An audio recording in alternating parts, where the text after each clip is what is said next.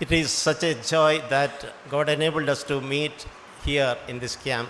और ये बड़े आनंद की बात है कि परमेश्वर ने हम सबको यहाँ इकट्ठा होने में हमारी सहायता की।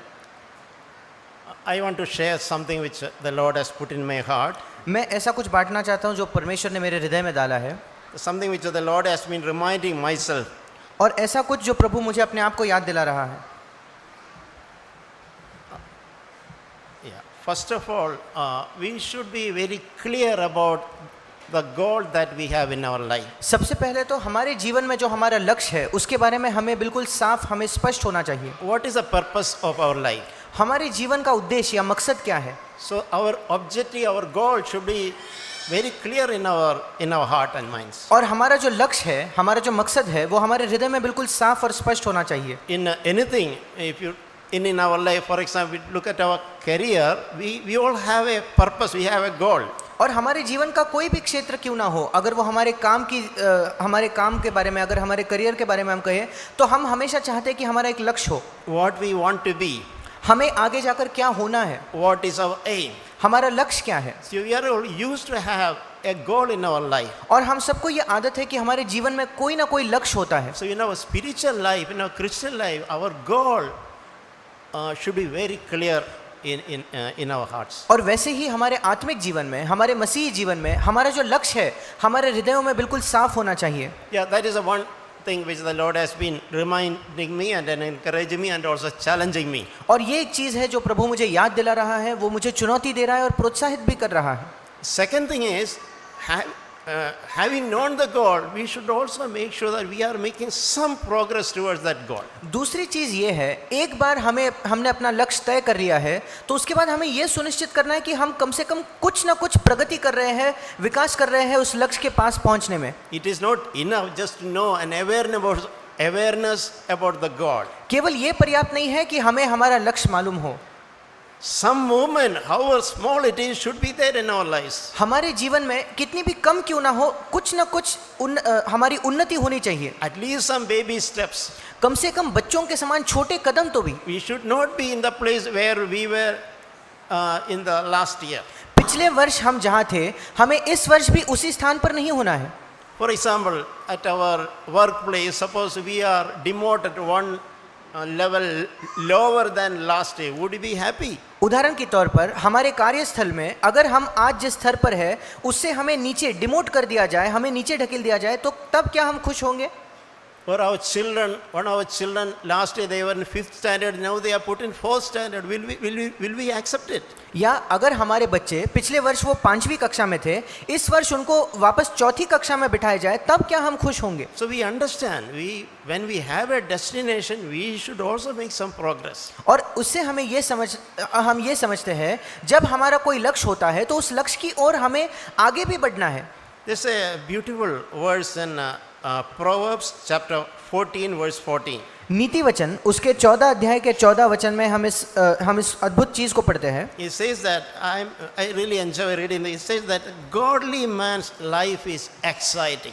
और मैं इसे पढ़ना बहुत पसंद करता हूँ। एक अनुवाद में ऐसा लिखा है कि जो ईश्वरीय व्यक्ति है उसका जो जीवन है वो बहुत ही रोमांचक, वो बहुत ही दिलचस्प होता है। This is in the Living Bible. ये लिविंग बाइबल जो एक भावानुवाद है उसमें है। So meaning we have a goal and our life, daily walk towards that aim is exciting. इसका मतलब हमारा एक लक्ष्य भी है और प्रतिदिन जब हम उस लक्ष्य के पास जा रहे हैं, उसके आगे बढ़ रहे हैं, तो वो बड़ा उत्तेजन देने वाला है। A godly man's daily life should be exciting. एक ईश्वरीय जो व्यक्ति होता है उसका प्रतिदिन का जीवन बहुत ही उत्साही होना चाहिए।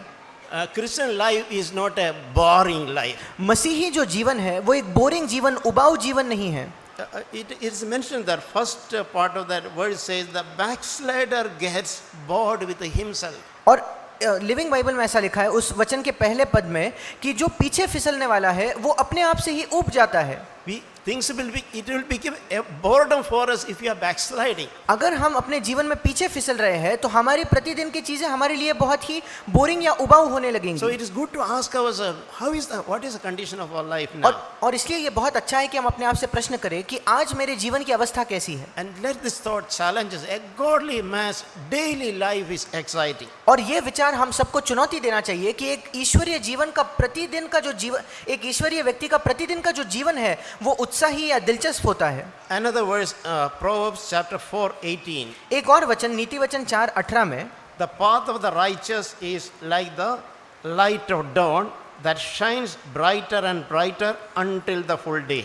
धर्मियों की चाल उस चमकती हुई ज्योति के समान है जिसका प्रकाश दोपहर तक अधिक अधिक बढ़ता रहता है। This is something which we daily, every day we observe. ये ऐसा कुछ है जिसे हम प्रतिदिन देखते हैं। The sun starts and is steadily rising. By noon it reaches the peak.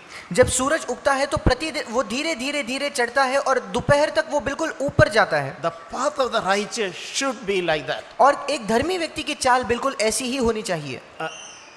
We should have a goal to reach the sun where the sun is at noon. और हमारा एक लक्ष्य होना चाहिए कि सूरज जैसे दोपहर में होता है उस स्थान पर हमें भी पहुंचना है। And a righteous man's life is expected to be like that. और एक मसीह जीवन जो है वो ऐसा होना चाहिए, ऐसी अपेक्षा की गई है। It's wonderful how God challenges and encourages his children.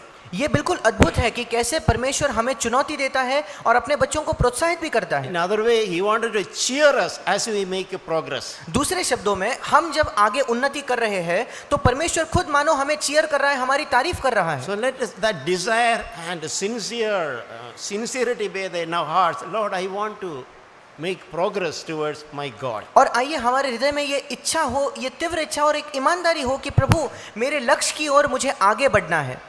It's a good example. Suppose some of us are interested in mountain climbing. और एक बहुत उत्तम उदाहरण है, अगर हम में से कुछ एक दिलचस्पी रखते हैं पहाड़ों को चढ़ने में। We know the peak of the mountain and we have a desire to reach there. हम जानते हैं किसी भी पहाड़ का शिखर कहाँ है और हम सबके अंदर एक चाहत होती है कि मैं वहाँ पहुँचना चाहता So हूँ। first of all, we should know the peak. Where is the peak? और सबसे पहले हमें ये मालूम होना चाहिए कि वो शिखर कहाँ है And we have to start. और हमें उस शुरुआत भी करनी है। It's not good enough to just to admire the mountain peak. केवल ये पर्याप्त नहीं है कि हम उस पहाड़ के शिखर को देखकर उसको बहुत सराहना करें। We have to make some beginning, a few steps up the mountain. हमें कोई ना कोई शुरुआत करनी होगी, कम से कम एक दो कदम आगे ले जाने होंगे। And so always there are people ahead of us climbing out the mountain. That is again a wonderful encouragement for us. और हर समय हमारे आगे कुछ लोग हैं जो उस पहाड़ को हमसे आगे चढ़ रहे हैं और वो भी हमारे लिए हमारे लिए एक उदाहरण है।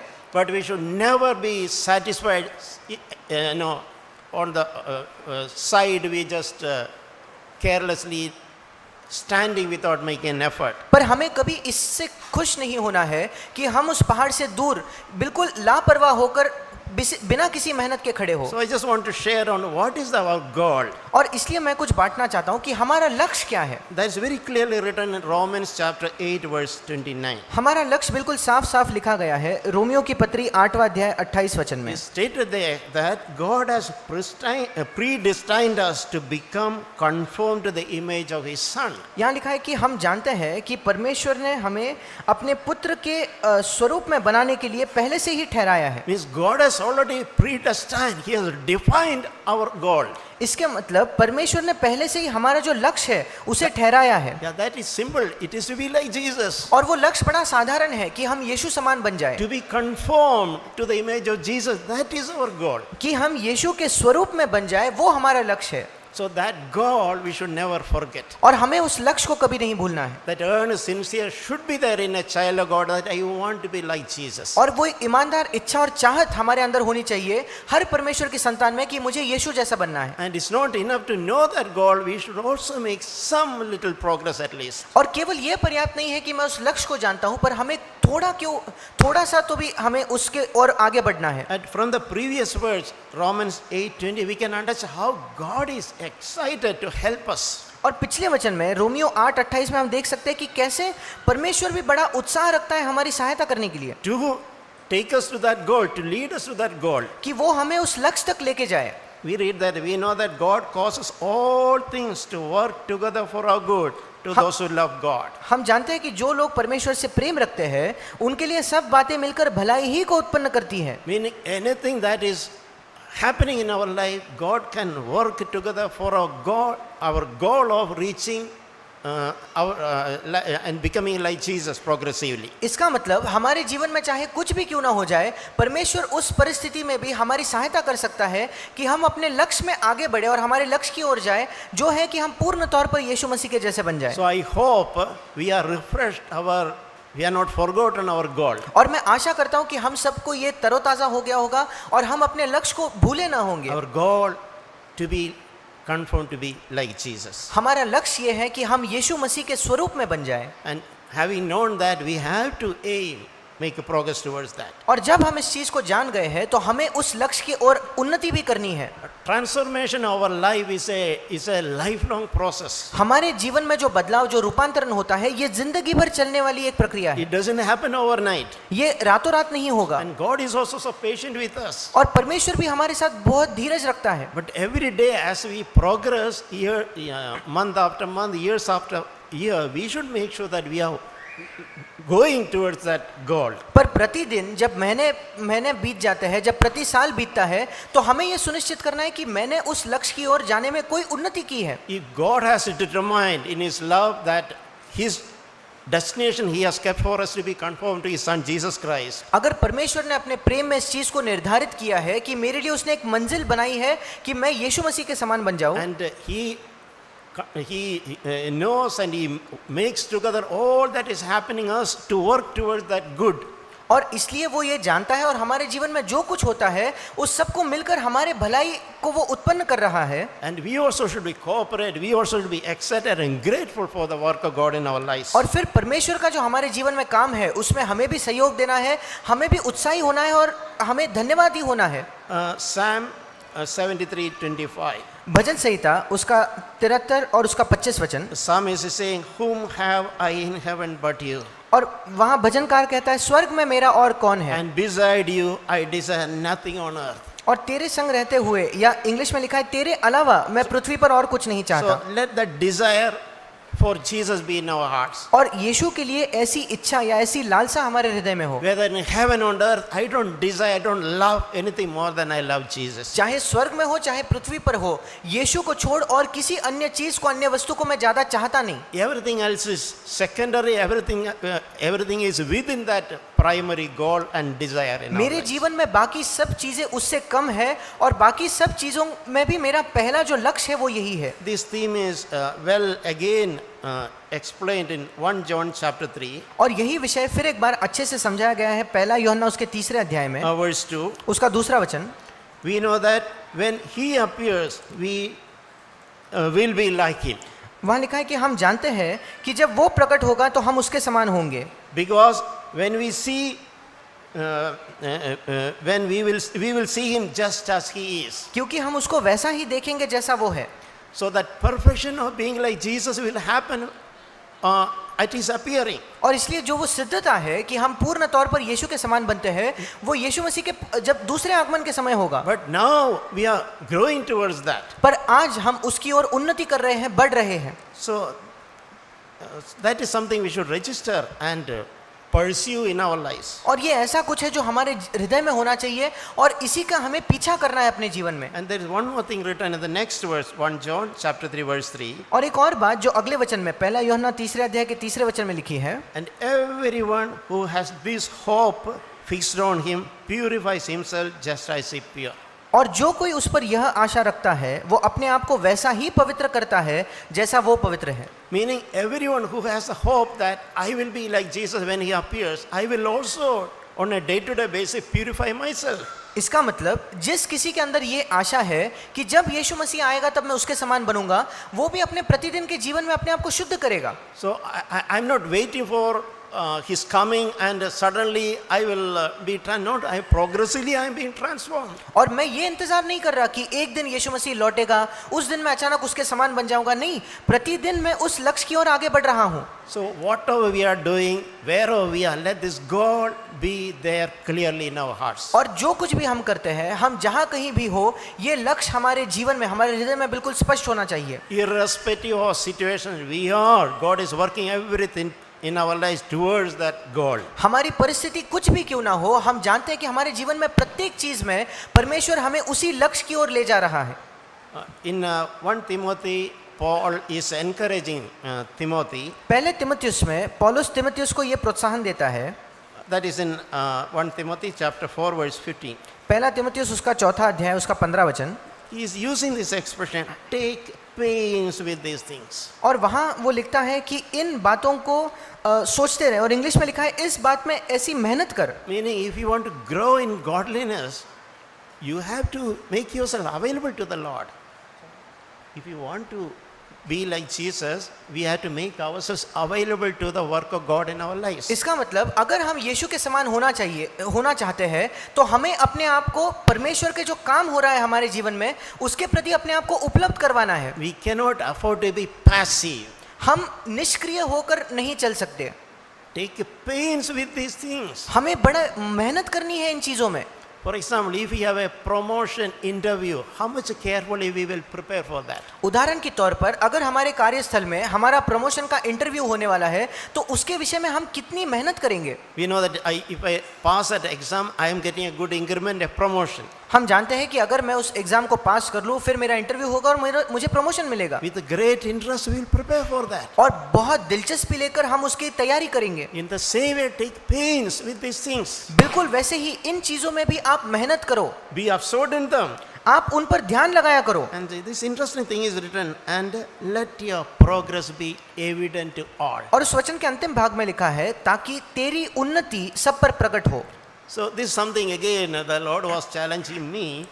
और फिर एक बार ये एक ऐसी चीज है जिससे प्रभु मुझे चुनौती दे रहा था। So I used to tell him, I am not happy to get an impression before brothers and sisters in the church. और मैं ये सोचता था कि मुझे इससे खुश नहीं होना है कि कलीसिया के जो भाई बहन हैं उनके सामने मेरी कोई छवि हो।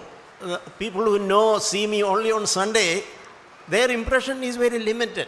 जो लोग मुझे केवल संडे के दिन ही देखते हैं उनका मेरे विषय में जो सोच होगी वो बहुत सीमित है। What is the opinion of my wife about me? मेरे पत्नी की मेरे विषय में क्या राय है? What is the opinion of my children about me? मेरे बच्चों की मेरे विषय में क्या राय है? I am more interested in that. मुझे उसमें ज्यादा दिलचस्पी है। Whatever is that, I want to make sure, I want to think that is my real progress. और वो उनकी राय कुछ भी क्यों ना हो, मुझे इस बात को देखना है कि वही मेरा सच्चा विकास है या सच्ची उन्नति है। My wife and children know me closely more than anyone else. That is very natural. मेरे पत्नी और मेरे बच्चे मुझे और किसी से भी ज्यादा जानते हैं, ये बड़ा स्वाभाविक है। Whatever they are able to testify, that is the truth. मेरे विषय में वो जो कुछ भी गवाही देते हैं वो सत्य है। So I should not be happy with someone saying some good opinion about me. और इसलिए मुझे तब खुश नहीं होना है अगर कोई मेरे विषय में कोई अच्छी राय देता है तो। For example, उदाहरण के तौर पर, like me, I was maybe angrier than all of you. और मेरे बारे में कहे तो शायद मैं आप सबसे ज्यादा गुस्सा था। I was a very angry person. मैं बहुत गुस्सा करने वाला व्यक्ति था। There was a time when I could not control my anger. एक ऐसा समय था जब मैं अपने गुस्से को उस पर काबू ही नहीं कर सकता था। But God did a work in me progressively. पर परमेश्वर ने धीरे धीरे बढ़ते क्रम पर मेरे जीवन के अंदर एक काम किया। And it is not enough that I testify it. My wife and children should testify it. और केवल ये पर्याप्त नहीं है कि मैं इसकी गवाही दूं, पर मेरे पत्नी ने और मेरे बच्चों ने इस बात की गवाही देनी चाहिए। The way I speak at home, मैं घर पे जिस प्रकार से बात करता हूँ, people are they able to say I speak graciously better than last year? क्या वे लोग मेरे विषय में कह सकते हैं कि मैं अनुग्रह से भरकर बात करता हूँ, पिछले वर्ष से इस वर्ष मेरी बातचीत बेहतर है। So in that way, our progress will be evident to others. और इस तौर पर हमारी जो उन्नति है वो सबको मालूम होगी। So it is not enough that we have an opinion. We have an opinion by others. और इसलिए केवल ये पर्याप्त नहीं है कि लोगों के सामने हमारी एक अच्छी, लोग हमारे विषय में अच्छा सोचते Let हैं। our natural progress, let it be testified by others also. We should welcome that. अगर जो हमारा स्वाभाविक तौर पर उन्नति हुई है उसके बारे में दूसरों ने गवाही देनी चाहिए, ये अच्छा है, हमें उसका स्वागत करना है।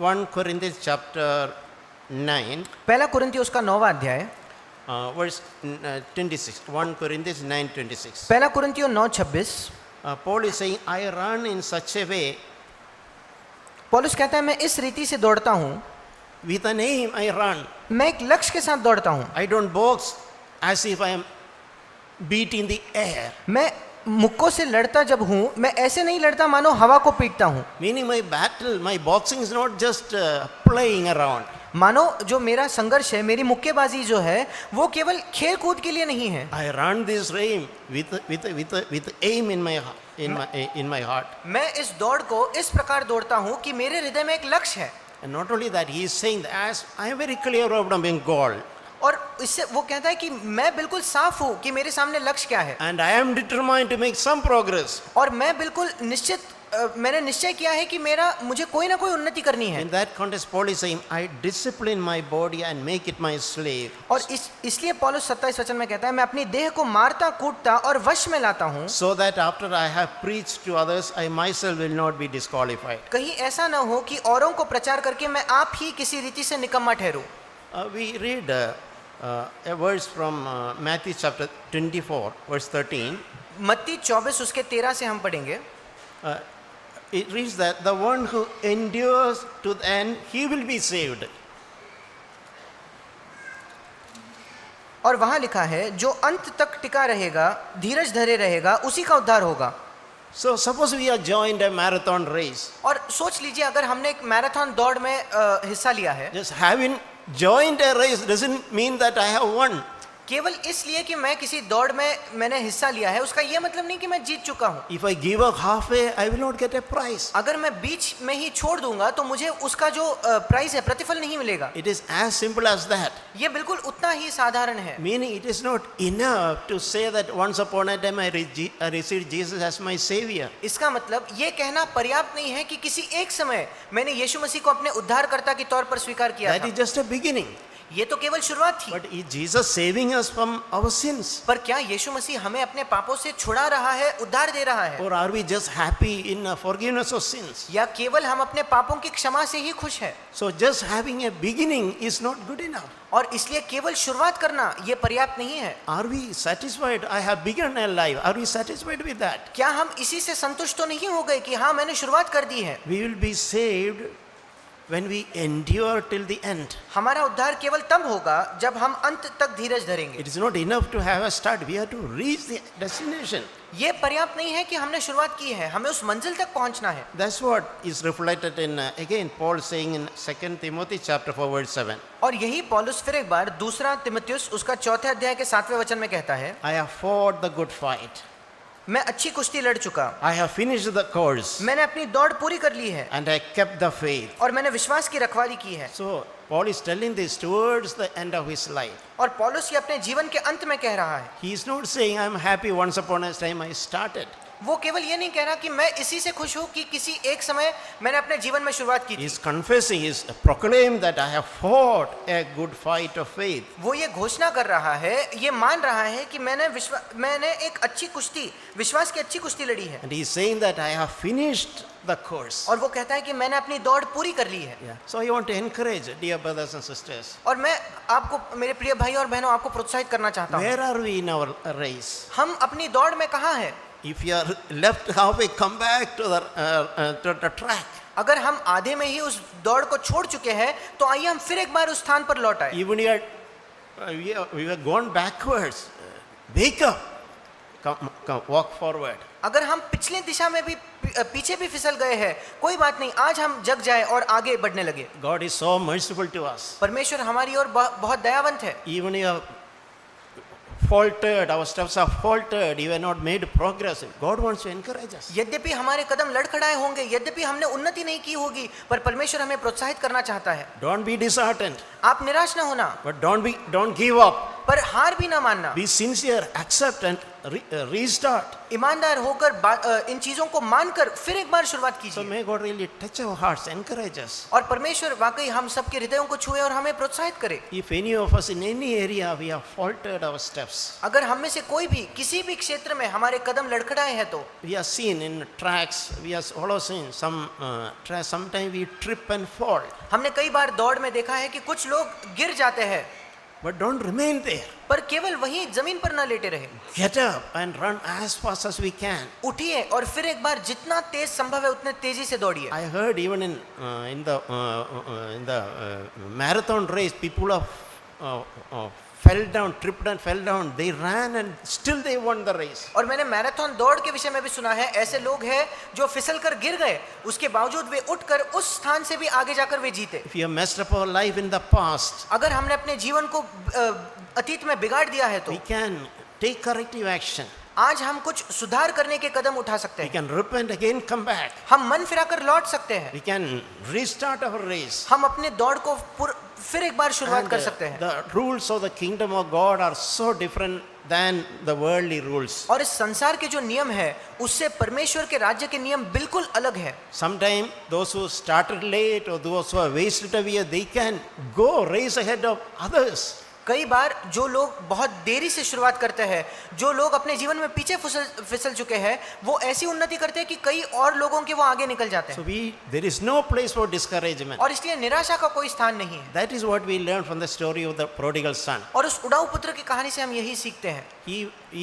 He messed up everything, उसने अपने जीवन में सब कुछ बिगाड़ दिया था, but then he came to his senses और जब वो अपने होश में, अपने आपे में आया, and came to the father's house वो पिता के घर में आया and accepted his responsibility. और उसने अपनी जिम्मेदारी स्वीकारी। He said, I'm not worthy to be called your son. I just want to be like a worker, like a slave. उसने कहा, मैं इस योग्य नहीं कि मैं तेरा पुत्र कहलाऊं, केवल मुझे एक सेवक के तौर पर रख ले। You understand how that father received him back? और हम देख सकते हैं कि कैसे उसके पिता ने उसको स्वीकार किया। To such an extent that elder son, who was supposed to be a good boy, it brought envy to his heart. इस प्रकार उसको स्वीकार किया गया कि जो बड़ा बेटा था उसके हृदय में भी शत्रुता उत्पन्न हो गई, There was such a celebration in the father's house, क्योंकि ऐसा बड़ा उत्सव मनाया गया पिता के घर में, which that elder son did not see it in his life. Elder son, he never saw it all through his life. और ऐसा उत्सव जो था उस बड़े बेटे ने भी अपने जीवन में नहीं देखा था। Now, there's a wonderful promise in Joel chapter 2, as I remember, 25, और योएल नबी की पुस्तक उसके दूसरे अध्याय के 25 वचन में एक अद्भुत वायदा है, which says that God can restore many things back to us. और वहां लिखा है कि परमेश्वर हमारे जीवन की कई चीजों को हमारे लिए पुनर्स्थापित, हमें वापस लौटा सकता है। It is Joel 2:25. योएल नबी की पुस्तक दूसरा अध्याय 25 He वचन, can restore the lost years. जो खोए हुए वर्ष है उसे वो हमें लौटा सकता है। When there was a period of backsliding in my life, जब मेरे जीवन में एक पीछे फिसलने का समय था, that verse is which encouraged me. वो वचन था जिसने मुझे प्रोत्साहित किया। Okay, I am backslidden now, ठीक है, आज मैं पीछे फिसल चुका हूँ, but I come back to the Lord. He can restore my lost years. पर जब मैं लौट कर परमेश्वर के पास लौट आता हूँ तो वो मेरे खोए हुए वर्षों को भी लौटा सकता So है। our God is a good Father. हमारा परमेश्वर एक अच्छा पिता है, We have tremendous hope in the Lord. और परमेश्वर में हमें अद्भुत ऐसी आशा है। So let us never be lazy and take things for granted. और इसलिए हम कभी भी आलसी होकर चीजों को सहजता से न ले। I want to close with just one thing. मैं एक चीज कहकर अंत करना चाहूंगा। Hebrews chapter 6 verse 1. इब्रानियों की पत्री 6 अध्याय पहला वचन, It speaks about let us press on to perfection. वहां लिखा है कि इसलिए आओ हम सिद्धता की ओर आगे बढ़ते जाएं। See, again, we are not perfect, but we are pressing on. फिर एक बार लिखा है कि हम सिद्ध नहीं है पर हम सिद्धता की ओर आगे बढ़ रहे हैं। Meaning we are making every effort. इसका मतलब हम हर वो संभव प्रयत्न कर रहे हैं। I am running as best as I can. जितना बेहतर मैं दौड़ सकता हूँ उतने बेहतर तरीके से मैं दौड़ रहा हूँ। I will not waste away the grace which God has given to me. मैं उस अनुग्रह को बर्बाद नहीं करूंगा जो परमेश्वर ने मुझे दिया है। All this opportunity, the grace and fellowship, everything God has given, I will make best use of it and I'll press on. ये सारे मौके, उसका जो अनुग्रह, ये जो संगति दी है, इन सब का मैं उपयोग करूंगा और मैं आगे बढ़ते जाऊंगा। And Hebrews chapter 6:3, he is saying, yes, this we will do. और इब्रानियों 6:3 में वो कहता है यदि परमेश्वर चाहे तो हम यही करेंगे। If God permits. अगर परमेश्वर चाहे तो You all should be able to say, yes, this I will do. हम सबको यही कहना चाहिए कि हाँ हम यही करेंगे। Of course, God will perfect. हाँ, और परमेश्वर यही चाहता है। Yes, we will do this. हम ये करेंगे। Amen. आमीन।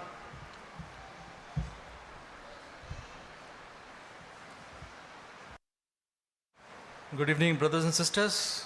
भाई और बहनों, आप सबको good evening. Thank God for the word that we heard. हम परमेश्वर को धन्यवाद देते हैं उस वचन के लिए जो हमने सुना। Brother Abu said about making progress. और भाई अबू ने कहा कि हमें उन्नति करनी है। I was thinking of a word which I was blessed while reading the word of God about Jacob. मैं एक वचन के बारे में बांटना चाहता हूँ जो पढ़कर मैं बहुत आशीषित हुआ याकूब के विषय में। My message is titled The Way of Progress. और मेरे संदेश का शीर्षक है उन्नति का मार्ग। So Jacob means supplanter or one who wants to supersede. और याकूब का मतलब है धोखा देने वाला या जो दूसरों से आगे जाना चाहता है। And from the life of Jacob we see three phases और याकूब के जीवन में हम तीन अलग अलग बढ़ाव देखते हैं which will be similar to our lives. जो हमारे जीवन से भी मेल खाते हैं। So Jacob knew about God from his grandfather Abraham and Isaac, his father. और याकूब परमेश्वर के बारे में अपने दादा अब्राहम से और अपने पिता इसहाक से जानता था, But he had no personal experience with God. पर परमेश्वर के साथ उसका कोई भी व्यक्तिगत संबंध नहीं था। It is just like most of our children growing up in our homes who don't have a personal relationship. ये बिल्कुल हमारी बच्चों की तरह है जो हमारे घरों में बड़े हो रहे हैं कि उनका परमेश्वर के साथ एक व्यक्तिगत रिश्ता नहीं होता। So Jacob first got his birthright from Esau. और पहले बार याकूब को ईसाव से जो उसका पहलौठा होने का अधिकार था उससे मिला By offering a dish of lentil soup. और उसने उसे कुछ भोजन खिलाया, उसके वजह से उसे वो पहलौठा होने का अधिकार दिया। Then he got the blessing of Jacob from blessing of Isaac with the help of his mother. और फिर इसहाक का आशीर्वाद उसने प्राप्त किया अपने माँ की सहायता लेकर, By pretending to be Esau. और उसने ये दिखावा किया था कि मानो वो ईसाव हो। Now the blessing which he got from Isaac is very significant. और याकूब से उसे जो आशीर्वाद मिला ये बहुत ही महत्वपूर्ण है। In Genesis 27:28 it says, उत्पत्ति 27 के 28 वचन में लिखा है, Now may God give you the dew of heaven and of the fatness of the earth and the abundance of grain and new wine. परमेश्वर तुझे आकाश से ओस और भूमि की उत्तम से उत्तम उपज और बहुत सा अनाज और नया दाख मधु दे। Now dew is a moisture which condenses upon cool surfaces, especially in the night. और वो जो ओस होता है वो रात में जो पानी है वो कुछ सतहों पर हमें मिलती है सुबह। And dew represents freshness and purity. और वो जो ओस है वो ताजगी को और शुद्धता को दर्शाता है। The opposite of dew is aridness or dryness. और ओस के अगर विपरीत देखा जाए तो सूखा होना। Many of the Bible references speak about dew as God's blessing. Bible में कई बार जब ओस का इस्तेमाल किया जाता है तो वो परमेश्वर के आशीष को So दर्शाता है। this was a blessing that was prophesied by Isaac to Jacob. और ये वो आशीष था जो इसहाक ने भविष्यवाणी की थी याकूब के विषय में। So this was his first phase, that he was a natural man, not knowing God personally. और उसके जीवन का ये पहला स्थान था जहां वो एक स्वाभाविक व्यक्ति था जो परमेश्वर को व्यक्तिगत तौर पर नहीं जानता But था, having a great blessing over his life. पर उसके जीवन में एक अद्भुत आशीष थी। He was also an obedient child, और वो एक आज्ञाकारी बेटा भी था। in contrast to his brother Esau, और उसका भाई ईसाव ऐसा नहीं था, because Esau married some Canaanite woman, क्योंकि ईसाव जो था उसने कनानी स्त्रियों से विवाह किया। and Jacob listened to his parents और याकूब ने तो अपने माता पिता की बात मानकर and went to Padan Aram, which is his uncle's house. वो अपने मामा के घर गया। So we see the second phase of his life. और उसके जीवन का जो दूसरा स्तर है उसे हम देखते हैं। So as he was on his way to Padan Aram, और जब वो उस स्थान की ओर जा रहा था, on the night he had to rest, उस रात में उसे विश्राम करना था। and he rested with a stone or as a pillow. और उस दिन उसने एक पत्थर को अपने तकिए के समान रखकर वो सोया था। And he saw a dream. और उसने एक स्वप्न देखा। He saw a ladder going up to heaven, उसने एक सीढ़ी देखी जो स्वर्ग की ओर जाती है। and he saw angels ascending and descending. और उसने देखा कि स्वर्गदूत ऊपर जाते हैं और नीचे उतरते हैं उस And then सीढ़ी he पर। saw and heard God saying, I am the God of Abraham, I am the God of Isaac. और फिर I will be with you, and I will bless you, and I will bring you back. और फिर उसने परमेश्वर को ये कहते हुए सुना कि मैं यहोवा तेरे दादा अब्राहम और का परमेश्वर और इसहाक का परमेश्वर हूँ, मैं तेरे संग रहूंगा, तुझे आशीष दूंगा और तुझे वापस ले आऊंगा। So this Jacob got an experience of God. और याकूब को इस जगह परमेश्वर का एक अनुभव हुआ। He said, this place is awesome. उसने कहा ये जो स्थान है ये अद्भुत है। And he named that place Bethel. और उस जगह को, उस स्थान को उसने बेतेल नाम दिया। The name of meaning Bethel is the house of God. और बेतेल इस शब्द का मतलब है परमेश्वर का घर या परमेश्वर का भवन। So now here was a man now who experienced God in his life. अब यहाँ एक व्यक्ति है जिसने अपने जीवन में परमेश्वर का अनुभव किया है। It is like all of us sitting here who have experienced God as in with a born again experience. ये हम सब के समान है जो आज यहाँ उपस्थित है कि हम सब ने किसी समय परमेश्वर का अनुभव किया था जब हमारा नया जन्म हुआ. We have all had the Bethel experience who have been born again here. हम सबका वो बेतेल का अनुभव हो चुका है क्योंकि हम सबका नया जन्म हुआ है. And it is so important for our children to experience that born again experience. और ये बहुत महत्वपूर्ण है हमारे बच्चों के लिए कि उनका भी ये नए जन्म पाने का अनुभव हो. Jacob was like one of us, one of you children, याकूब बिल्कुल हमारी तरह, आप जो बच्चे हैं आपके समान था. growing up in a godly home, एक ईश्वरीय घर में वो बड़ा हुआ, but not knowing God. पर वो परमेश्वर को नहीं जानता था. But now he experiences God. पर अब वो परमेश्वर का अनुभव करता है. And he says, this is an awesome place. और वो कहता है ये एक अद्भुत स्थान है. Experiencing God is an awesome experience. परमेश्वर का अनुभव रखना ये एक अद्भुत चीज है. And all of you must experience it. और हम आप सबको ये अनुभव, आप सबका ये अनुभव होना Brothers and चाहिए. sisters, young brothers and sisters, this is for you. जवान भाई और बहनों ये आपके लिए है. Now we go to the third phase of his life. अब उसके जीवन के तीसरे पड़ाव की ओर हम जाते हैं. He reached Paddan Aram वो पदन आराम पहुंचा, at his uncle's place, उसके नाना के घर. and there he, Laban's two daughters became his wife, और यहाँ लाबान की Wives. जो दो बेटियां थी वे उसकी पत्नियां बनी. Leah and Rachel. उनका नाम था लिया और राहेल. So there he worked for first 14 years to get his wives, और उसने पहले 14 वर्ष वहाँ काम किया ताकि उसे उसकी पत्नियां मिले. and then another 6 years he worked for Laban and worked hard for him. और उसके बाद भी 6 वर्ष उसने लाबान के लिए काम किया. He worked hard and he prospered. Jacob prospered, उसने कड़ी मेहनत की और याकूब ने अपने जीवन में बहुत उन्नति भी की. and Laban prospered because of Jacob. और लाबान की भी बहुत संपत्ति बढ़ गई याकूब की वजह से. And God was with Jacob, और परमेश्वर याकूब के साथ था. speaking to him, guiding him, वो उससे बात कर रहा था, उसका मार्गदर्शन कर रहा था. even though Laban was giving him a very tough time. और यद्यपि लाबान उसे बहुत ही कठिन समय दे रहा था. So there he had 2 wives and 2 maids, वहाँ उसकी 2 पत्नियां थी और उसकी 2 दासियां थी. 12 children, 12 संतानें थी. 11 boys and 1 girl. 11 लड़के थे, 11 बेटे थे, एक बेटी थी. And God said, now it's time for you to go back to Canaan. और परमेश्वर ने उससे कहा कि अब तुझे कनान लौटने का समय आ गया है. So even against the will of Laban, he traveled back towards Canaan with his family. और फिर लाबान की इच्छा के विरुद्ध जाकर उसने कनान को वो लौट आया, अपने लौटने को निकला अपने परिवार सहित. But now he was afraid of Esau, his brother, पर अब अपने भाई एसाव से वो डर रहा था because Esau had a grudge against his brother. क्योंकि एसाव के हृदय में अपने भाई के प्रति कुछ कड़वाहट So थी. he was fearing him. और इसलिए उसे एसाव का डर लग रहा था. So he had a great need, and he was with that need he was going before God. और अब उसके जीवन में एक बड़ी जरूरत थी और उस जरूरत को लेकर वो परमेश्वर के सामने गया. But there was an occasion when he sent his family across a stream, and he was alone in the night. और फिर एक समय आया जब उसने अपने परिवार को अपने से आगे भेज दिया और रात में वो अकेला था. And there in the night, there was a man wrestling with him और वहां उस रात में एक व्यक्ति था जो उसके साथ मल युद्ध कर रहा था all through the night. रात भर. And that man was saying, leave me because it is daybreak. और वो व्यक्ति कह रहा था मुझे जाने दे क्योंकि भोर होने वाला है. But Jacob said, I will not leave you till you bless me. और फिर याकूब ने कहा जब तक तू मुझे आशीर्वाद न दे तब तक मैं तुझे जाने न दूंगा. And because Jacob was not, because that angel, it was an angel who was wrestling with Jacob. और वहां एक स्वर्गदूत था जो याकूब से मल युद्ध कर रहा था. And because Jacob was prevailing over the angel dislocated his thigh. और क्योंकि याकूब वहां उस स्वर्गदूत से भी ज्यादा बेहतर मल युद्ध कर रहा था, उसने उसके जांघ को छुआ. And the angel said, your name will be now not Jacob but Israel. और उस स्वर्गदूत ने कहा अब से तेरा नाम याकूब नहीं बल्कि इस्राएल होगा. Because you have prevailed over God and man. क्योंकि तू परमेश्वर से और मनुष्य से भी युद्ध करके प्रबल हुआ है.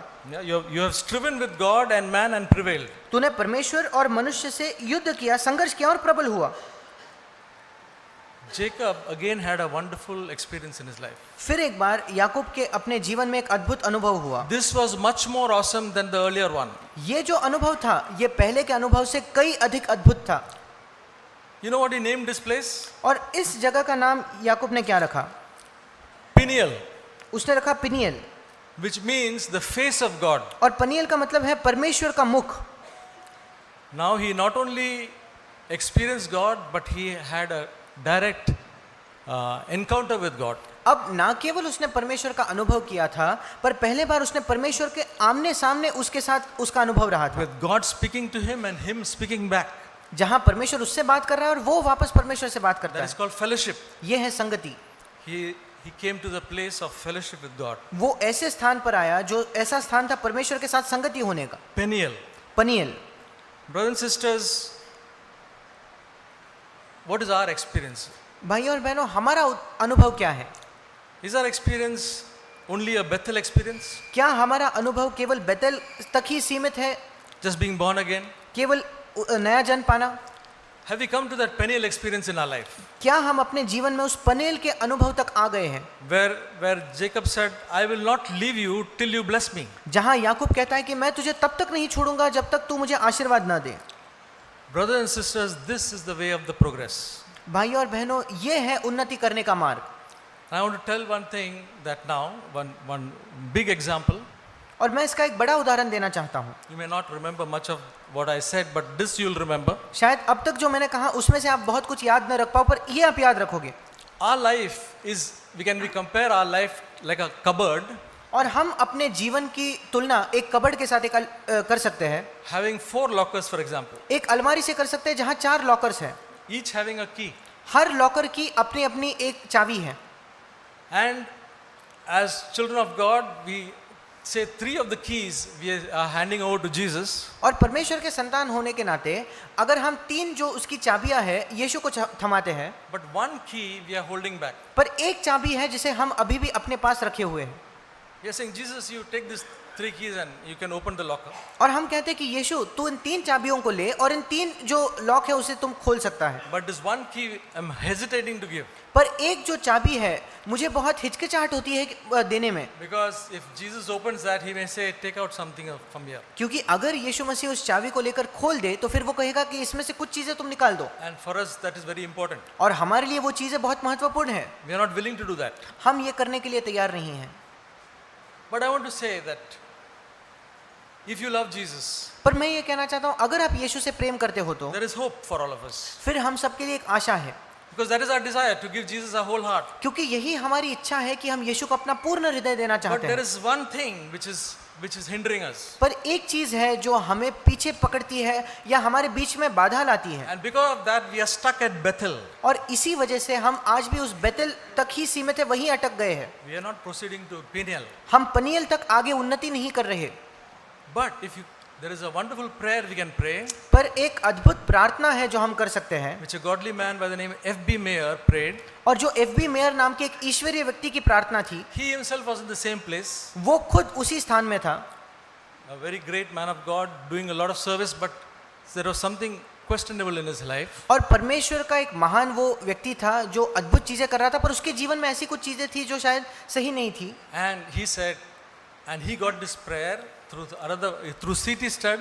और उसे ये प्रार्थना एक दूसरे व्यक्ति C.T. स्टड से मिली। You know C.T. Studd. आप C.T. स्टड को जानते होंगे। So this prayer is like this, very important prayer, और ये प्रार्थना इस समान है, बहुत महत्वपूर्ण प्रार्थना है, very powerful prayer. बहुत ही सामर्थ्य से भरी प्रार्थना है, It works miracles. और इससे चमत्कार होते हैं। The prayer is like this. वो प्रार्थना ऐसी है, Lord, Prabhu I am willing मेरी ये चाहत है to be made willing कि ये मेरी वास्तविकता में ये मेरी चाहत बन जाए to hand over this. कि ये चीज मैं तुझे सौंप दूं। I find it difficult. मेरे लिए प्रभु ये बहुत कठिन है, I can't do it by myself. मैं अपने आप से इसे नहीं कर सकता। But this prayer is, Lord, I am willing to be made willing. पर प्रार्थना ये है कि प्रभु मैं ये चाहत रखता हूँ कि मेरे अंदर एक ऐसा काम हो जाए जिससे मैं ये वास्तविकता से चाहत रखूं To hand over this. कि इस चाबी को मैं तुझे सौंप दूं। Brothers and sisters, if we sincerely desire this, a miracle will take place. भाई और बहनों, अगर हम ईमानदारी से ये लालसा रखें तो एक चमत्कार हमारे जीवन में होगा, And that key can be handed over to Jesus. और फिर वो चाबी हम यीशु मसीह को दे सकते हैं, Then it will be all 4 keys handed over to Jesus. और फिर सारी 4 की 4 चाबियां यीशु मसीह के हाथ में होंगी। Our life will be transformed. हमारा जीवन रूपांतरित हो जाएगा, A Peniel experience will come into our life. एक पनियल का उदाहरण हमारे जीवन में होगा, Then the progress will be so fast. और फिर हमारे जीवन में उन्नति बहुत तेजी से होगी। Otherwise, it is just a struggle, up and down, up and down. नहीं तो वो निरंतर एक संघर्ष है, ऊपर नीचे ऊपर नीचे। Brothers and sisters, भाई और बहनों, A.W. Tozer, A.W. Trouser said about being filled with the Holy Spirit. उन्होंने पवित्र आत्मा की भरपूरी के विषय में ये कहा, You know the word says in Ephesians chapter 5 verse 18, इफिसियों 5:18 में जो वचन है be filled with the Holy Spirit. कि पवित्र आत्मा से परिपूर्ण हो जाओ, Okay. So he says we all want to be filled with the Holy Spirit. और वो कहते हैं कि हम सब चाहत रखते हैं कि हम पवित्र आत्मा से भरपूर हो जाए।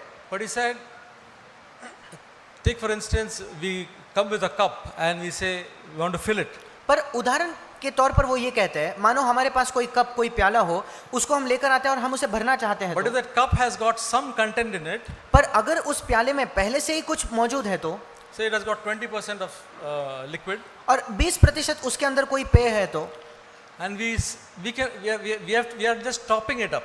और फिर हम केवल उसके ऊपर थोड़ा सा भर सकते हैं। But to fill something, it has to be empty, पर अगर हम उसे पूर्ण तौर पर भरना चाहते हैं तो सबसे पहले उसे खाली करने की जरूरत है, and then it will be filled. और फिर वो भरपूर फिर उसे भरा जा सकता है। So that say that 20%, what is that 20% content in that cup? और फिर उस कटोरे के अंदर, उस प्याले के अंदर वो 20% क्या भरा हुआ है? It is our ambition, वो है हमारी महत्वाकांक्षा, our choices, हमारे चुनाव, our dreams, हमारे स्वप्न, our plans, हमारी योजनाएं, many things, maybe a person, कई चीजें, शायद कोई एक व्यक्ति, maybe a thing, शायद कोई चीज, all that content is there and we are saying, God, fill me with the Holy Spirit. ये सारी चीज उस प्याले में मौजूद होने के बाद भी हम कह रहे हैं कि प्रभु मुझे पवित्र आत्मा से भर दे। It will not happen. वो कभी नहीं होगा। The cup has to be emptied. वो जो प्याला है उसे खाली करने की जरूरत है। That is called surrendering everything. उसका मतलब इसको कहा जाता है कि सब कुछ समर्पित करना। It is just like giving the 4 keys. ये बिल्कुल वैसा है कि हम उन 4 चाबियों को दे देते हैं And then God will immediately fill us. और फिर परमेश्वर तुरंत हमें भर देगा, Because God is just waiting to fill each one of us. क्योंकि परमेश्वर केवल इंतजार कर रहा है हम में से प्रत्येक को भरने के लिए। About the Holy Spirit, He wants to fill us always, immediately. पवित्र आत्मा हमेशा हमें तुरंत भरना चाहता है। We do the surrender in our life, अगर हम अपने जीवन में उस समर्पण को कर दे तो He will fill us. वो हमें तुरंत भर देगा। So, brothers and sisters, this is the Christian life. और इसलिए भाई और बहनों, ये है मसीही जीवन। And this surrender, we have to do it daily in our life. अगर इस समर्पण को हम अपने जीवन में प्रतिदिन कर रहे हैं तो It is not that if I have done it yesterday, today I don't have to do it.